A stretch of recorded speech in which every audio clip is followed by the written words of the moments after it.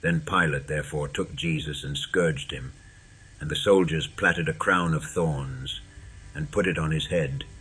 And they put on him a purple robe, and said, Hail, King of the Jews! And they smote him with their hands. Pilate therefore went forth again, and saith unto them, Behold, I bring him forth to you, that ye may know that I find no fault in him.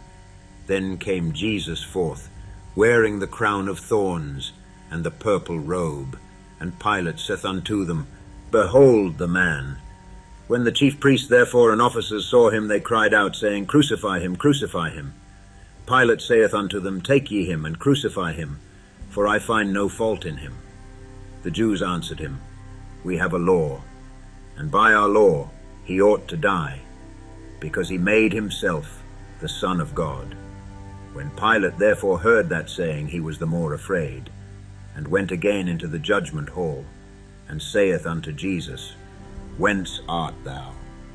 But Jesus gave him no answer. Then saith Pilate unto him, Speakest thou not unto me? Knowest thou not that I have power to crucify thee, and have power to release thee? Jesus answered, Thou couldest have no power at all against me, except it were given thee from above. Therefore he that delivered me unto thee hath the greater sin. And from thenceforth Pilate sought to release him. But the Jews cried out, saying, If thou let this man go, thou art not Caesar's friend. Whosoever maketh himself a king speaketh against Caesar. When Pilate therefore heard that saying, he brought Jesus forth, and sat down in the judgment seat, in a place that is called the Pavement, but in the Hebrew, Gabbatha. And it was the preparation of the Passover, and about the 6th hour. And he saith unto the Jews, Behold your king. But they cried out, Away with him, crucify him. Pilate saith unto them, Shall I crucify your king? The chief priests answered, We have no king but Caesar. Then delivered he him therefore unto them to be crucified. And they took Jesus, and led him away. And he, bearing his cross, went forth into a place called the place of a skull, which is called in the Hebrew Golgotha, where they crucified him, and 2 other with him on either side one, and Jesus in the midst. And Pilate wrote a title, and put it on the cross, and the writing was, Jesus of Nazareth, the King of the Jews.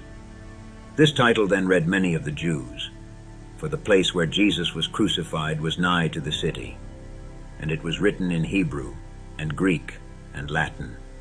Then said the chief priests of the Jews to Pilate, Write not, the King of the Jews, but that he said, I am King of the Jews. Pilate answered, What I have written, I have written. Then the soldiers, when they had crucified Jesus, took his garments and made 4 parts, to every soldier a part, and also his coat. Now the coat was without seam, woven from the top throughout. They said therefore among themselves, Let us not rend it, but cast lots for it, whose it shall be, that the scripture might be fulfilled, which saith, They parted my raiment among them, and for my vesture they did cast lots. These things therefore the soldiers did. Now there stood by the cross of Jesus his mother and his mother's sister Mary, the wife of Cleophas, and Mary Magdalene. When Jesus therefore saw his mother and the disciple standing by, whom he loved, he saith unto his mother, Woman, behold thy son. Then saith he to the disciple, Behold thy mother. And from that hour the disciple took her unto his own home. After this, Jesus, knowing that all things were now accomplished, that the scripture might be fulfilled, saith, I thirst. Now there was set a vessel full of vinegar, and they filled a sponge with vinegar, and put it upon hyssop, and put it to his mouth.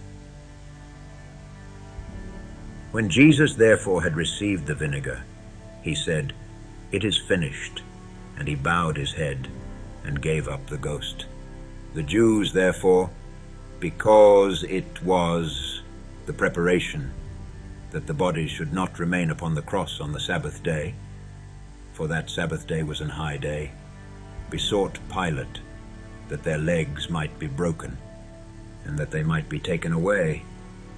Then came the soldiers, and brake the legs of the first, and of the other which was crucified with him. But when they came to Jesus, and saw that he was dead already, they brake not his legs, but one of the soldiers with a spear pierced his side, and forthwith came there out blood and water. And he that saw it bare record, and his record is true. And he knoweth that he saith true, that ye might believe. For these things were done, that the scripture should be fulfilled. A bone of him shall not be broken. And again another scripture saith, They shall look on him whom they pierced. And after this Joseph of Arimathea, being a disciple of Jesus, but secretly for fear of the Jews, besought Pilate that he might take away the body of Jesus. And Pilate gave him leave. He came therefore, and took the body of Jesus. And there came also Nicodemus, which at the first came to Jesus by night, and brought a mixture of myrrh and aloes, about 100 pound weight. Then took they the body of Jesus, and wound it in linen clothes with the spices, as the manner of the Jews is to bury. Now in the place where he was crucified there was a garden, and in the garden a new sepulchre, wherein was never man yet laid. There laid they Jesus therefore because of the Jews' preparation day, for the sepulchre was nigh at hand.